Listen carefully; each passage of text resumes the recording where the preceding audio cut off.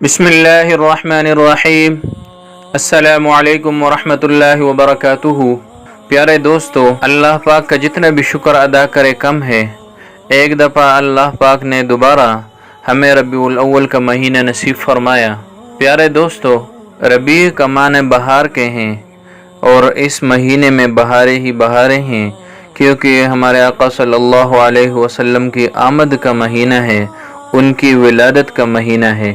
اور اس مہینے میں مال اور دولت کے حوالے سے جو وظائف ہیں ان کی بہت زیادہ پابندی رکھنی چاہیے، کیونکہ اللہ تبارک و تعالی اس مہینے میں ویسے بھی دعائیں قبول فرماتے ہیں۔ تو اس لیے آپ احباب سے درخواست ہے کہ آپ درود شریف کی بھی کثرت رکھیں اور حضور صلی اللہ علیہ وسلم کی بارگاہ میں ہدیہ کریں۔ اور اگر آپ مالی تنگی سے پریشان ہیں، مالی تنگی کا سامنا ہے، تو اس مہینے میں ضرور ایسے وظائف کو اپنی زندگی کا حصہ بنائیں۔ پیارے دوستو، آج ایک نہایت ہی مختصر اور پر اثر وظیفہ آپ کی خدمت میں لے کر حاضر ہوا ہوں۔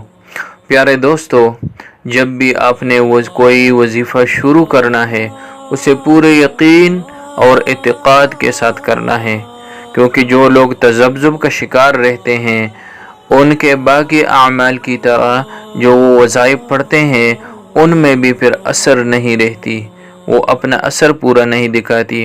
اس لیے جب بھی آپ نے وظیفہ کرنا ہے، نہایت اعتقاد کے ساتھ، یقین کے ساتھ آپ نے وظیفہ کرنا ہے۔ آج جو وظیفہ آپ کے ساتھ شیئر کر رہا ہوں یہ مال اور دولت کے لیے خاص ہے۔ اگر آپ مالی تنگی سے پریشان ہیں تو اس وظیفے کو ضرور کیجیے۔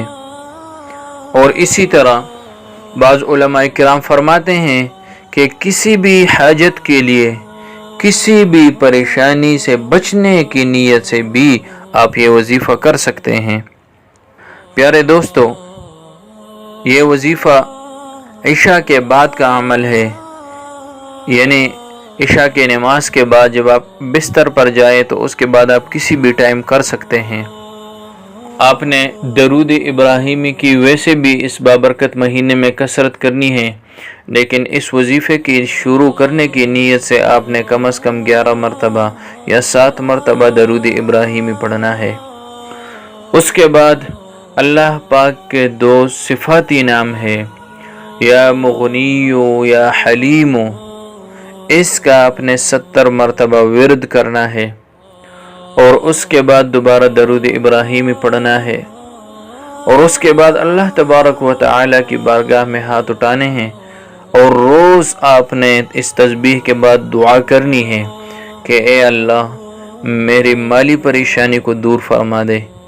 یا اگر آپ کسی حاجت کے لیے وظیفہ کر رہے ہیں تو اس حاجت کے لیے دعا کرنی ہے، یا اگر آپ کسی پریشانی سے بچنے کے لیے دعا کر رہے ہیں تو اس سے بچنے کے لیے بھی اللہ تبارک و تعالی سے دعا کرنی ہے۔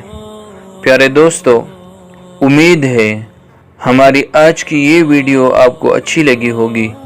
اگر یہ ویڈیو اچھی لگے تو اسے لائک کیجئے اور ثواب کی نیت سے اپنے دوستوں کے ساتھ شیئر کیجئے، اور اگر ہمارے چینل پر نئے ہیں تو ہمارے چینل کو سبسکرائب کیجئے، کیونکہ ہمارے خاص وظائف کی اجازت ان احباب کے لیے ہیں جو ہمارے چینل کو سبسکرائب کرے۔